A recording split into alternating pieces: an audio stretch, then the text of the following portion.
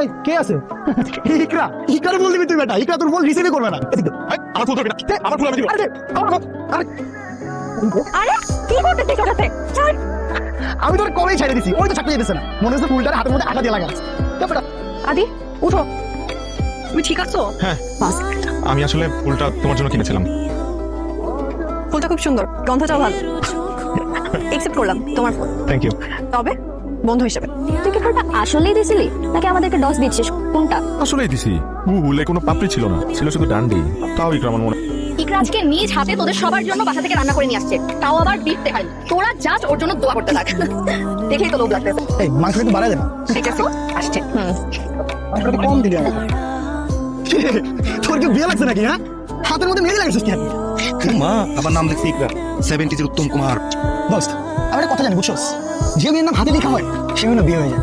কি রে তুই এত খুশি হস কেন? যার হাতে লেখা হয় তার সাথে না, অন্যজনের সাথে। তুমি কি যে করো না আদি, কেন করো এমন বলো তো? এই কোল্ড ড্রিঙ্কস আনা হয় নাই তো? এই